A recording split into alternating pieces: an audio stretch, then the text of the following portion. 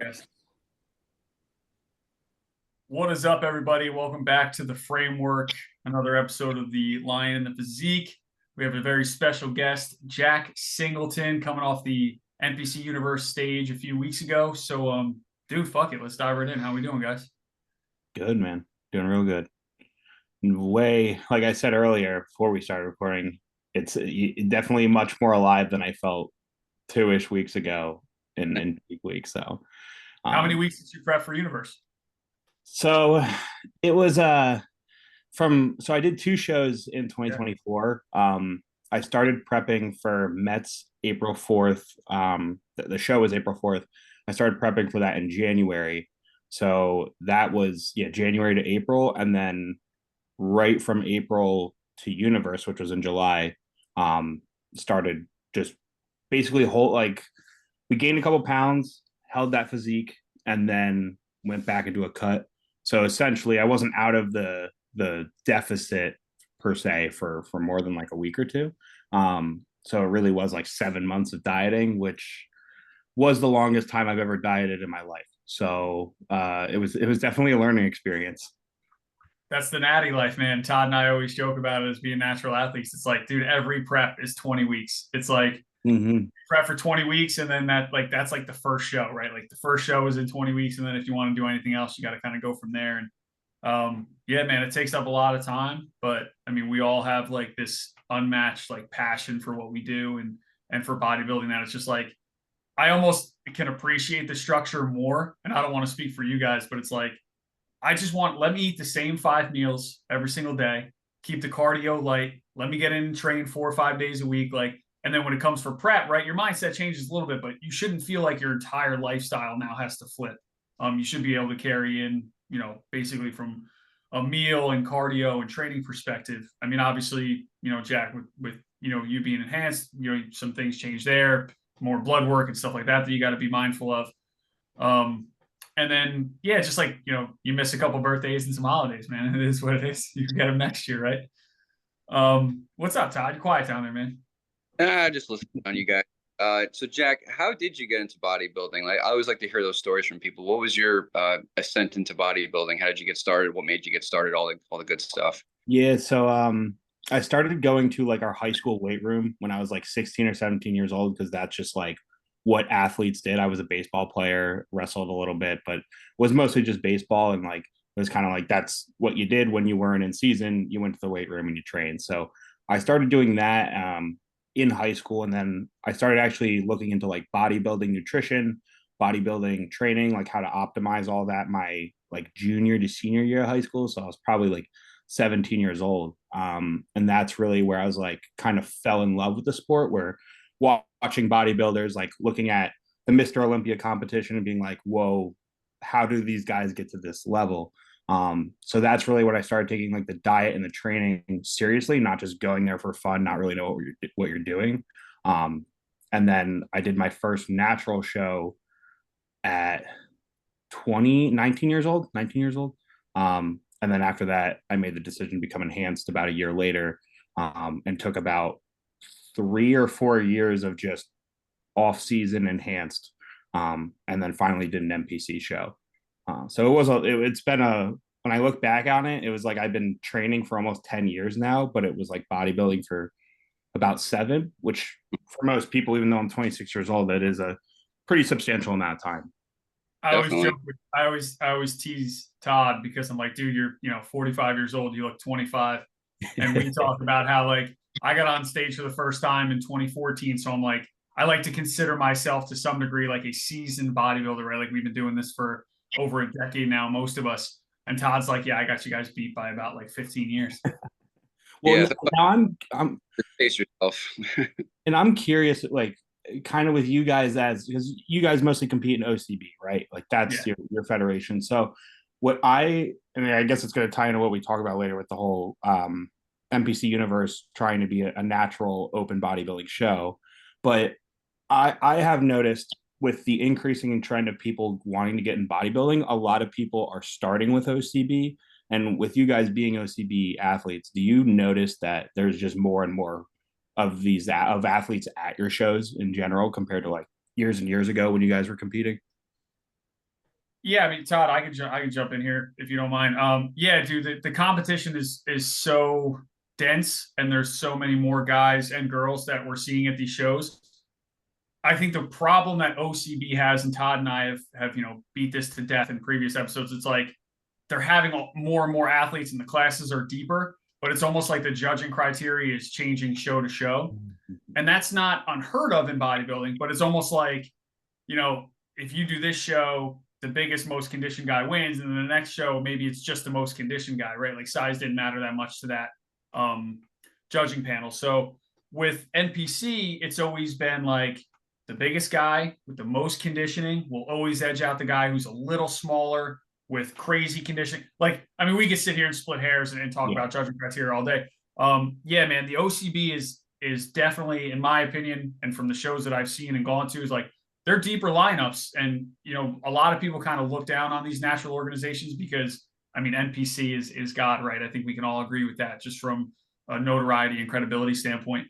But I mean, the OCB is getting deep, man. And I think Todd and I did an episode last week on this. It's like, I'm at the point now where, and I'll only speak for myself, Todd, but it's like, if NPC is going to start going natural, at least I know what to expect, right? At least I have a better idea of what this judging criteria is going to be. Whereas now that the OCB lineups are getting deeper, it's like, man, really anybody could win, even if I have a little bit more size or a little better conditioning. It's like, man, I don't know what they're going to judge that day. So yeah, I mean, not to go off on a tangent, but yeah, dude, I think the OCB shows are definitely starting to get deeper. Todd? Yeah, I noticed that just from because when I did a show back in whenever it was when I was 19, it was like you had like each class was like maybe like 4 or 5 guys.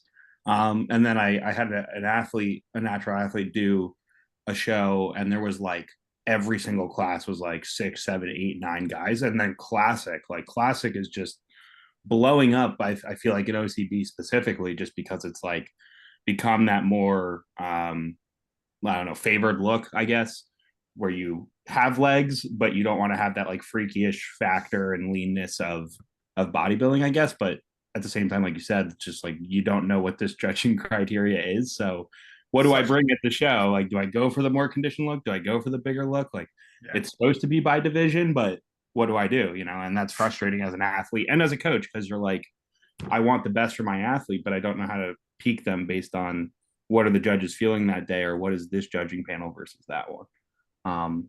And then, yeah, like you said, with the natural NPC, what I'm hearing is in 2025, there's going to be strictly natural tested NPC shows. I don't know, because what I'm curious is if you're going to give a pro card out, like an IFBB pro card out, like such as the NPC Universe, does that value of that pro card, like if you get that, now you're going to go against open level guys who are pros. So you're going against the Mr. Olympia level competition at a, classic physique, bodybuilding, men's physique, whatever you choose to do. I don't know how you can accurately, or if it's fair to have the pro card weight be the same for someone who's winning as a natural versus enhanced, just because obviously those two things are going to be completely different, especially at that high level of enhanced bodybuilding. So I don't know how they're going to do that whole pro card level for natural athletes. I'm pretty curious. I mean, I think from a fan standpoint, right, there will always be that asterisk, right? Like there will always, Keon is a great example, right? Keon Pearson won his pro card in classic, and he was a natural guy, but everybody knew like, oh, if this guy's going to compete at the next level, he's going to have to, start, getting on, what he needs to get on. And I think that's going to be the same thing, right? Like yes, from an amateur perspective, there's a little more credibility. Like I was saying before, it's like, okay, now I'm competing in the NPC, right? Like now people are going to hold you to a little bit higher expectation and standard. But when you get that pro card, it's like, is there really a next level, to your point? Like once you get that, like, I just think there's going to be an asterisk. It's like, hey, he won his pro card, but as a natural guy, or she won her pro card, but as a natural. And when you get into the Chicago pros and the Tampa pros and even the Olympia and the Arnolds, it's like, are they going to get on the same stage? Are there going to now be new categories? Like, are we going to, like, let's use the Arnold as an example, right? I don't mean to go off on a tangent here, but like, okay, you have the whole Arnold weekend, right? Sunday, there's never really anything going on. Is Sunday going to be the natural day, right? Like where you have you have natural open bodybuilding in the morning, classic, men's physique, so on and so forth. Who knows, what they're going to end up doing. Yeah, and like I wonder if they're going to follow the same testing protocol as OCB does, because I know you get the polygraph first and then the winners get urine sampled. I don't know any of the details of besides the urine sample of the winners.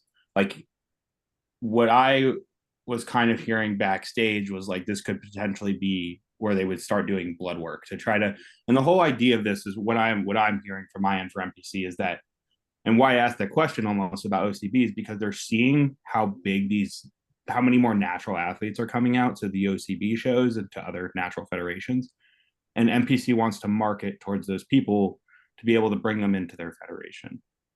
And that's really why I think they're doing this. But then, like we just talked about, there's all these other things that come into it that complicate, and it's not what we've been doing for years in the NPC. So how are you going to standardize this? How are you going to make it fair? So yeah, it's definitely an interesting topic, and from you guys being natural, me being enhanced, it's like we can kind of see both perspectives of this as well. Now, Jack, I got a question for you about that. If you were in charge of everything, right, what would you define being natty as? Like, how many years of not using would you say, okay, truly natural at this point? Yeah, it's a great question. Because it's so hard to like say I'm a 40-year-old athlete. I was enhanced from 20 to 30. Would I have an advantage over someone who's completely natural from 20 to 40? I would think so. Because just from a bone structure perspective, like the more testosterone, the more anabolics you have in your body, you're going to have a larger bone structure. You're probably going to hold more, you're going to build more tissue over that time frame. So it's a really hard question to answer. And I think maybe it's just you have an age part of it, and you have your number of years limited. And I think right now it's like 3 years, but I still think like there's an advantage of someone who's been off for 3 years or someone who hasn't. So it's almost to me like, and I hate to take the very strict route, but it's like either 10 years or you're just not, if you've taken stuff, you're not allowed to compete in that federation, as long as we accept that we have those two different ones and you have the ability to do both. But then you could argue, and sorry to go on a tangent, but Please. Someone who has regretted their decision to hop on and they want to go back, it's like you've kind of, if you make the restrictions too high, you've kind of screwed yourself. But still, is that from a competitive aspect, it's still not fair in my opinion, because you've changed the chemistry of your body for years and years and years and years and years. So personally, I think it should be longer, or just not at all, like almost a permanent ban. But I know that's a very extreme approach, but I think it, from a competitive aspect and a fairness aspect, that's what makes the most sense. Yeah, because I read from studies, and I'm sure you can appreciate this since you're a science background-based person who's like very well advanced in everything for those watching in on this, is that the advances that you make from being enhanced increases, and correct me if I'm wrong, this is satellite cells, which then increase the amount of hypertrophy that your muscles can adapt to. And they're showing that these things are permanent in a lot of cases. You won't have as much as what you had when you were on, but you'll still have more than when you were natural if you didn't do anything. Yeah, absolutely. Like especially with if you're using growth hormone, which honestly, what I've seen is extremely hard to test accurately for, because growth hormone spikes are very volatile throughout the day. So you could have like your night. Typically, most people get a high spike at night and then they have nothing throughout the day. But it's very hard to measure that. So it's like you said, and if someone's taking super physiological amounts of growth hormone constantly, multiple doses throughout the day, plus more than we get from their nighttime spike, they're going to recruit more to those satellite cells, like you said, and then they're going to have more muscle tissue. And then so that's the satellite, that's the actual growth of more cells, and then you have the hypertrophic effect of the bigger of the cells getting bigger. So yeah, it's once you've gone down that route, like you're permanently have changed the physiology of your body. And I think enhanced people realize that, but like people, most enhanced people realize that, but I think a lot of natural athletes that aren't into the science aspect don't realize that. And it's a major difference between natural versus enhanced. Yeah, I remember watching a documentary. They're talking about it was either the '88 Olympics or the '92 Olympics when Ben Johnson was competing against Carl Lewis and them. And one of the guys who was the testers for it couldn't believe how many people actually as adults needed to have braces put in because their teeth and everything were growing at such a rate. So like you're saying, it's hard for them to test for it, but they couldn't believe how many people needed like braces as they were getting into their 20s and even 30. Yep. Yeah. And I would not be surprised if like more professional athletes were enhanced in some way that isn't through the anabolic androgenic steroid pathway, like more growth hormone peptides, like especially peptides becoming more and more popular. I would not be surprised at all if these are like major recovery agents used by Olympians, Olympians as in Olympic athletes, not bodybuilding Olympians, and like sports athletes like NFL, NBA, MLB. So it's like as more PEDs come out, you have to also increase the ability to test for it. And it just becomes this really difficult process of trying to catch up to the most recent advances. Kind of like when they made like the clear for Barry Bonds and well, at least they alleged Barry Bonds and all of them, and they're always one step ahead of them with the testers of something new they're inventing to get past it. Yep, exactly. And like how they market it as well. Like there's always like I remember when I was in high school, you could walk into a GNC and you could buy a pro hormone without ever like without and then now years later that then gets banned and it's like you're constantly catching up with the regulation and the science of new products, but also the danger and the safety of it and that's why I think people stick to you see the majority of bodybuilders stick to what's tried and true of anabolics because there's just so much research. You're not doing something sketchy that hasn't been studied or seen before, which is why I have a bigger problem with like what's being sold over the counter as a SARM somewhere or whatever, because there's just a lack of research around it. So you don't know what the effect is going to be in 10 or 15 years on your body versus testosterone that's been studied since the 60s. Right. Yeah. Basically, they're guinea pigs. Yeah. Yep. Yeah, exactly. Jack, I mean, you're relatively young, man. But you've been doing this for a long time. You say you've been enhanced for a decent amount of years now, for basically the entirety of how long you've been competing. Any long-term health concerns? Anything for you that what a better question is, and I apologize I worded it that way. The better question is, do you have a timeline on your bodybuilding career? Do you know when you feel like you would start to narrow, like kind of wind back? Yeah, and honestly, I'm not like personally, I'm an open book. Like I'm not a fan, like because obviously you're going down that pathway. You're at least for me, I'm thinking about the risks. I'm thinking about the potential issues. So for one, like to answer the second part, I think I would like to finish by the time I'm like reaching 40. And then after that, really knowing my body, I'll have to do TRT, which nowadays it's so common.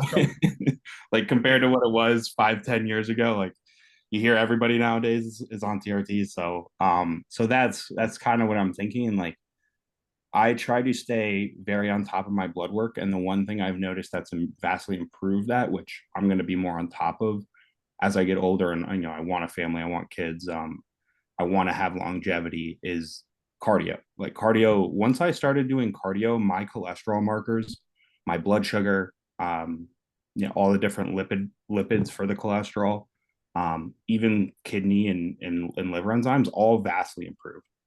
So I think that's something, and like that's what I think a lot of those open bodybuilders ignore that create problems, is that they don't do the cardiovascular health, especially when they're trying to get up to 280, 300 pounds. You might pull back cardio to try and push your weight more and more and more, and you're pushing food more and more and more. So blood pressure is going up, your lipids are getting worse. That's where the dangers come in. So something I personally, and you hear it more, is actually more people are pushing the whole cardio 365 days a year, even during your off season, emphasize that. So that's something I personally am trying to do more and more of and be on top of. If anybody is a diehard advocate on this call about cardio, it's that guy. Tells me, who has told me more times, like, hey man, you're 8 weeks out. You got to start dialing back your training and start upping your cardio. And I'm like, that's pump breaks here, pal. Don't make me get on a treadmill any longer than I have to. Like some people love it, and Todd is just one of them. Todd is one of them. Todd sent me a picture. Todd sent me a picture. Jesus, man, we're maybe like 2 years ago, give or take, of a Stairmaster at like 99 minutes and 99 seconds. I'm like, what are we doing here? I was like, that can't be real. Oh my God. And I'm bitching about my 90 minutes of cardio at 4 level like speed for Dude, I have the best cardio split right now. Well, I mean, when I'll talk about when I was on prep because it's always a little higher. It was 400 calories a session at keeping my heart rate between like 130 and 140. I'd be off the treadmill in 28 to 35 minutes, give or take. Mhm. And it's like, man, the double sessions of cardio a day, the hour long, because and this is just something that I took out of it. I'm not saying one way is right or the other, but it's like, okay, if I know I'm burning 400 calories just in this cardio session, whereas most people will get on from a bodybuilding perspective, they'll get on a treadmill, they'll walk at like 3 miles an hour for, an hour. And it's like, I did my cardio. Yeah, but your heart rate didn't really get above 100 beats per minute. You really didn't break that much of a sweat. You just kind of went like, I mean, most of us get steps in a day, right? Most of us have the step counts, right? Most of our coaches put us on that. And it's like, oh, well, like you're really just getting an extra like 3,000 steps a day if you're not really getting after that cardio. Go ahead, Todd. I know you're chomping at the bit here to get some cardio insight for us. Go ahead, man. Well, Brian, you know, as I do from the military, that was like one of the most drilled things that we had to do was endurance, whether it's muscular endurance or cardiovascular or both. It was always endure, endure, endure. And I think that's kind of helped me. I think, Jack, you might be able to agree with me on this one or correct me on this one. But I think a lot of people, they're kind of blessed with the ability to do it. Like I know what I can do. And there's a lot of people who do it, but they can't keep at the level I can do. And I think some people, they can do all that cardio that I do and maintain their lifestyle. Other people, for some reason, they can't do it. They can do it to a little bit, but not as extremes like I can do. Or there's even people more advanced that do double Ironmans and stuff like that are just like a whole nother level above me. So I think that there's some people just, they're just gifted with it. They can do more. Other people, if you give them too much, the system shuts down. I don't know if you've seen that with some of your clients, Jack, and how they've responded to it with extra cardio or less cardio. And like the biggest thing I'll see with client is with cardio is, and I'll actually see a lot of other coaches do this, and I have a big problem with it, is keeping, and you guys can argue with me on this too, is keeping cardio into peak week. Personally, I like to have, and this is, I know we're kind of switching the subject lately, but it made me think of it is like, I like to have my athlete ready by like almost 2 weeks out and myself to be, so that I know if you're doing hard cardio sessions, like your legs should be inflamed. Like we should see a lack of detail. We should see a lack of lines. And then as like I've always noticed, we get to that body weight where we're like, okay, this is a good show ready look, and the body weight is where we want to be. As we pull cardio down, the inflammation that comes off of water usually keeps weight exactly the same. I noticed that myself. I know that with many athletes. Sometimes we'll even get a drop.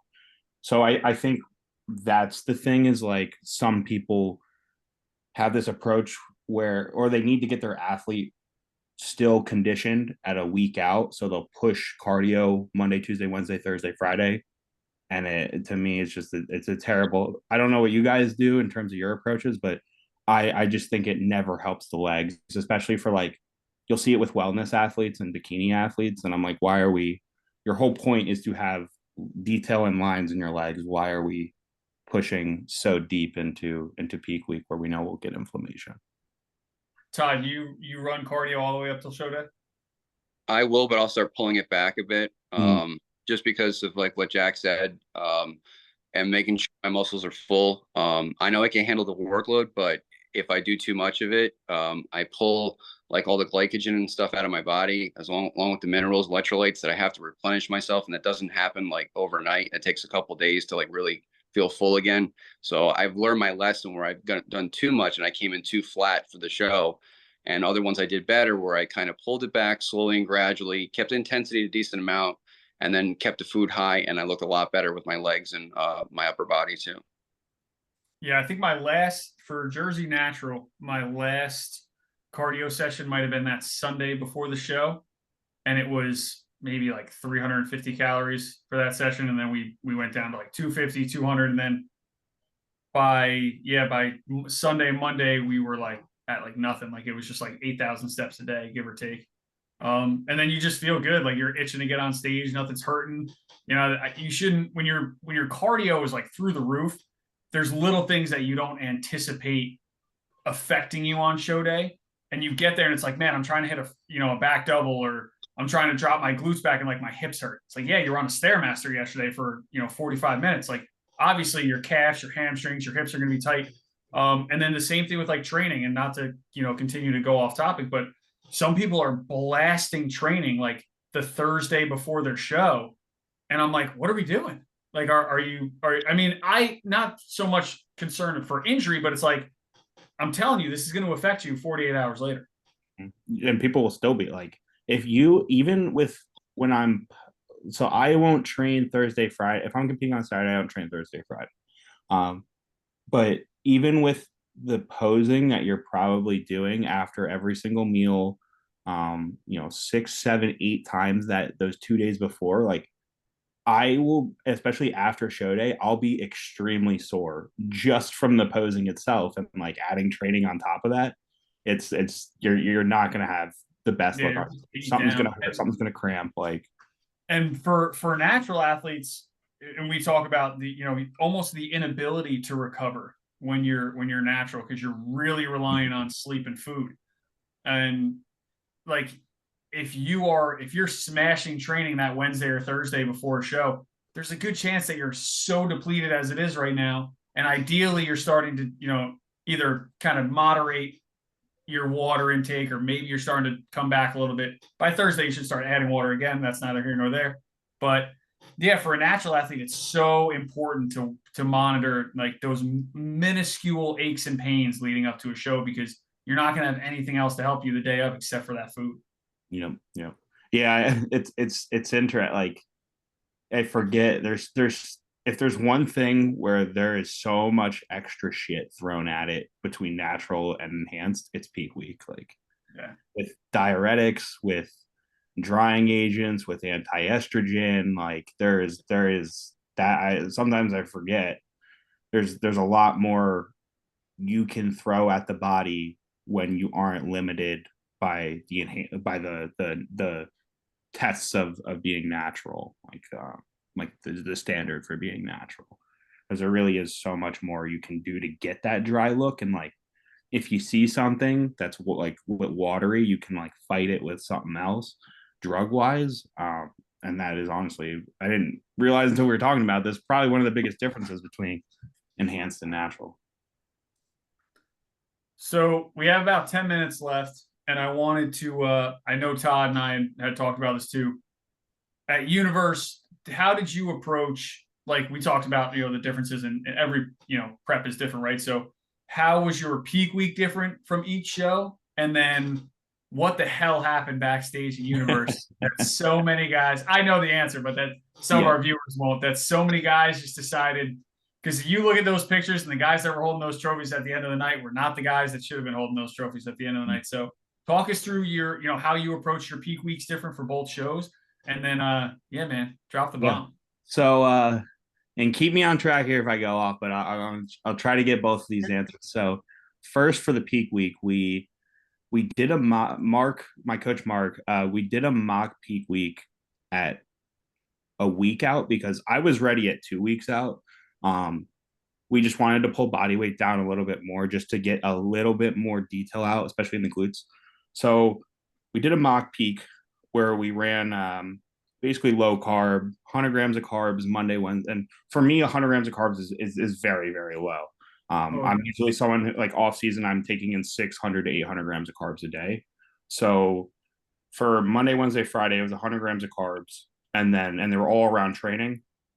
And then Thursday, Friday was probably about 800 grams of carbs split between the 2 days, which gave us a kind of full look. And I think Mark was happy about it. But when we got into the actual peak week, did the same approach, Monday, Tuesday, Wednesday, 100 grams of carbs, water loaded, 8 liters a day through all those. Had to make weight on Thursday. So I had to drop 3 pounds to make weight. So we pulled water out to 1 liter and 2 meals with only about 40 grams of carbs. So Thursday was our day we were supposed to carb up. We just wanted to make weight first, so we didn't have to deal with any other factors. Made weight. And then after we made weight, we added in 5 liters of water. So to get close to that 8 liters we were doing, but not to like push water aggressively. And then the rest of that day, we probably took in about, I want to say about 500 grams of carbs. So we were more aggressive that day. And it was mostly like rice cakes, dried pineapple, rice, real basic rice based easy to digest food. Got into Friday. Every time I would wake up, my body just reset to being completely flat again. So Friday we did probably about 800 grams of carbs throughout the day, which consisted of like burgers, muffins, rice cakes, like threw a lot of fat in there too, like probably about 100 grams of fat. And then Friday, water went down to 64 ounces. And then we also added in vodka. I did 2 ounces of vodka Thursday night, 4 ounces of vodka Friday night. Woke up Saturday morning. My weight was up about a pound or two, but I was still extremely flat. So we added in another probably about 400 grams of carbs, 100 grams of fat with no water, just sips. And then we did do a quarter tap diazide because I actually stopped peeing about an hour into after I woke up, like just was just not peeing at all. Like I woke up when I woke up, went to the bathroom, and then just stopped peeing. So to keep that water moving, we threw in a quarter tab diazide just to keep peeing. I had no diuretics before that. That was the next step. So yeah, it was a lot. We ended up taking the mock peak and just throwing it out of the window because I needed so much more food than originally expected. And I kind of knew that. I'm someone, once I start getting food, my body ramps up. I start sweating through it. I start like burning right through it. So it was a lot of, yeah, I ended up taking a lot more food than we originally needed. Probably about 4,000 calories on Saturday between the fats and the carbs. So then backstage. So we go and we do our light heavyweight class, which was about, I think like 5 or 6 of us. Get up on stage, they compare us, and I'm looking out and I'm looking at the judges panel when I pose. I can see Tyler Mannion, who's the head of IFBB NPC, head judge. He's like, looks kind of annoyed. He's like talking to the people around him. So we get off, they call us off stage. And he flies out of his seat, and I was there. It was like he had to have been sprinting. He's by the time, so when you're on stage, you start here and then you walk across and then you walk back behind the stage. And by the time we're halfway back, he went from like the judges table out here all the way around to meet us back here. And he just goes like, you guys know this is a natural show. If whoever shows up to finals, the winner will be drug tested. And then if he doesn't show up, the next person who's the winner will be drug tested. And we'll keep doing that until we have a winner that's natural. And he's like, if you guys know you're enhanced, do not show up to finals, or you'll get banned. If you do fail that test, you'll get banned from the NPC. I'm like, I'll do it. See ya.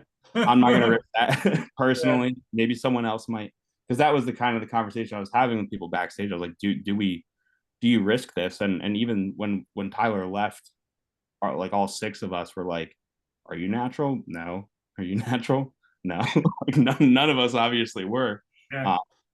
And before I did the show, I'd reached, and I'm not going to drop names. I won't drop names of the coach or the athlete, but a previous open overall winner of the show I reached out to, and he said, never tested, never questioned it. It's just for the name of Mr. Universe to be natural. Yeah.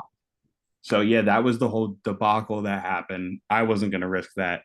I was really happy with the look, and I actually got my placing from one of the judges after when I wanted my feedback, because I just asked what was I in prejudging, and I was actually in second. So I was happy with that.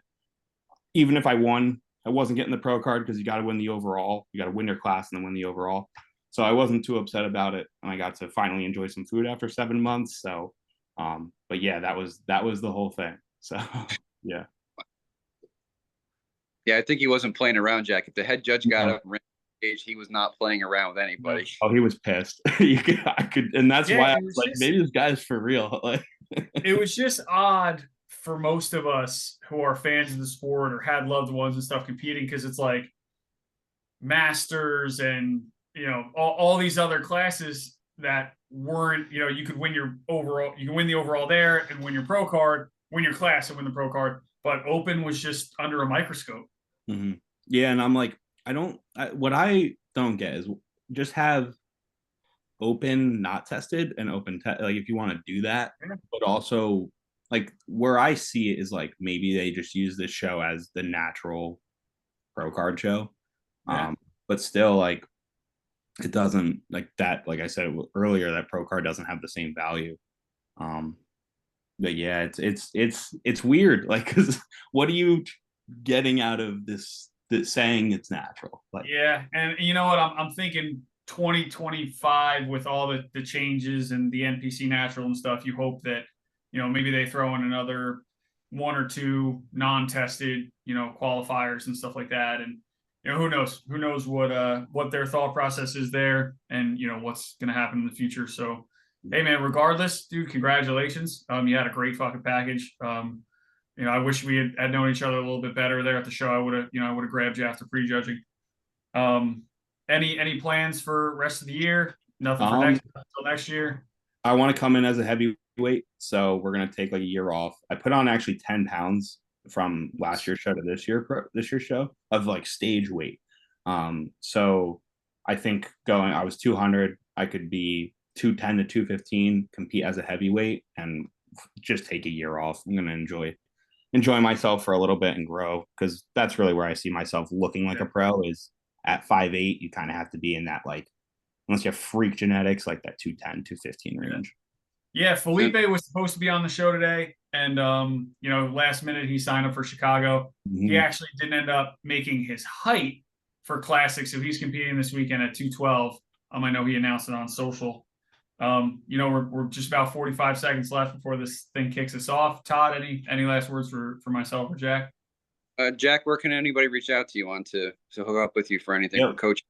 They could hit up my Instagram, Jack_Singleton98.